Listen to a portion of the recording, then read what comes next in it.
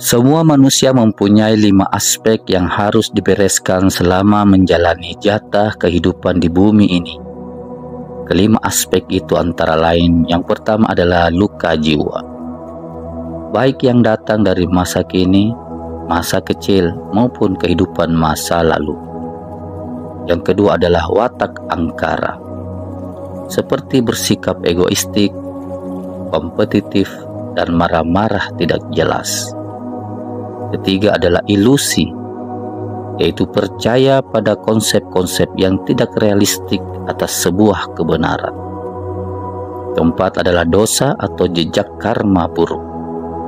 Dan yang kelima adalah jeratan makhluk alam bawah, baik dari kehidupan saat ini maupun kehidupan di masa lampau.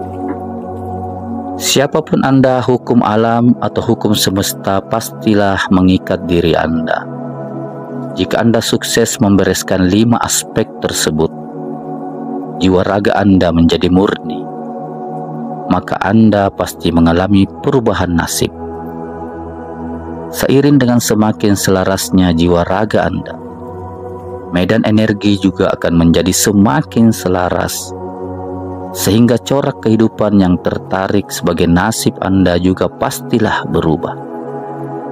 Hidup surgawi pasti dialami oleh siapapun yang tuntas memurnikan jiwa raganya. Inilah hukum semesta yang tak bisa dilanggar oleh siapapun. Anda yang memiliki kebebasan berkehendak dan kebebasan memilih, tentu saja harus membuat pilihan yang benar, sesuai petunjuk Tuhan yang nyata dan mengejawantah sebagai diri sejati. Inilah rumus keselamatan yang berlaku bagi semua orang. Noda karma buruk bisa dikuantifikasikan, sehingga ada sebuah perhitungan terkait tingkat karma buruk. Perhitungan tersebut pasti akan berimbas pada kehidupan Anda, baik pada saat ini maupun nanti. Ada karma buruk yang langsung dituai saat ini, tapi ada yang perlu menunggu nanti. Hal itu bisa terjadi selama kita masih hidup, di ujung kehidupan, atau setelah kematian. Dan tidak ada yang akan bahagia ketika menuai karma buruk. Sebaliknya, kalau kita melakukan tindakan yang serba selaras, berupa kata-kata, perbuatan, maupun pikiran kita, selalu dilandasi oleh kasih yang paling murni dan ketulusan yang otentik, maka hal tersebut seperti cahaya yang menerangi diri kita. Secara ilustratif kita sering mengatakan, "Oh, auramu kok gelap sekali, kamu banyak dosa ya." Itulah pemahaman yang intuitif, yakni segala jejak tindakan akan terlihat di badan kita sendiri. Tentu saja di kalangan awam, semua bisa dimanipulasi. Misalnya seseorang yang banyak dosa bisa ke salon dan mempermak dirinya agar terlihat kinclong bagi mata fisikal manusia. Namun semua tidak bisa dibohongi bila dilihat dengan mata batin yang sesungguhnya.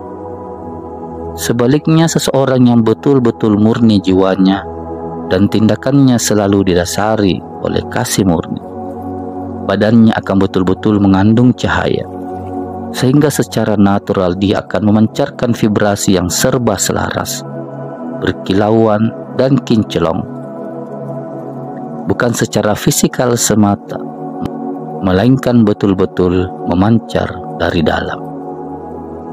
Berbagai gambaran orang tercerahkan yang sering kita temukan di berbagai literatur atau sumber lain adalah seperti cahaya yang digambarkan menutupi kepala, atau berupa gambar halo berbentuk kacang almond yang menyebarkan cahaya sangat terang yang disebut sebagai mandorla.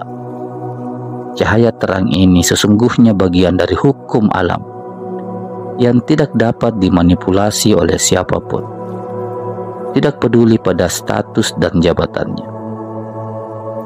Apakah seseorang sebagai guru spiritual dapat memanipulasi hukum alam? Tidak bisa. Kalau ia salah, pasti akan salah. Hukum alam itu tidak dapat dimanipulasi dan tidak ada petugas kosmik yang dapat disuap untuk merubah hukum alam. Kalau ia betul-betul melakukan tindakan yang tidak selaras dengan tuntunan Gusti, tindakan ia langsung masuk ke mesin matematika semesta dan akan menciptakan output yang memberi ia sangsara dan derita. Siapapun akan diperlakukan sama dan setara oleh Tuhan. Hukum semesta itu berlaku secara adil, tanpa diskriminasi. Berdasarkan hal ini, kita bisa membuktikan perihal siapakah yang benar dan yang salah. Misalnya, seorang mengaku tercerahkan. Kalau ia salah, emangnya Tuhan akan membiarkan begitu saja? Saat ucapan ia salah, maka akan terhitung dalam dusta oleh Tuhan dan masuk ke matematika semesta. Tidak butuh waktu lama, ia akan menuai karma buruk dan pasti akan mengalami kejatuhan. Apalagi bila mengakuinya ketinggian, pasti akan berbuah kejatuhan yang semakin dalam. Sebaliknya, segala pengakuan yang otentik tidak akan memberikan karma buruk, karena itulah penyingkapan satu realitas.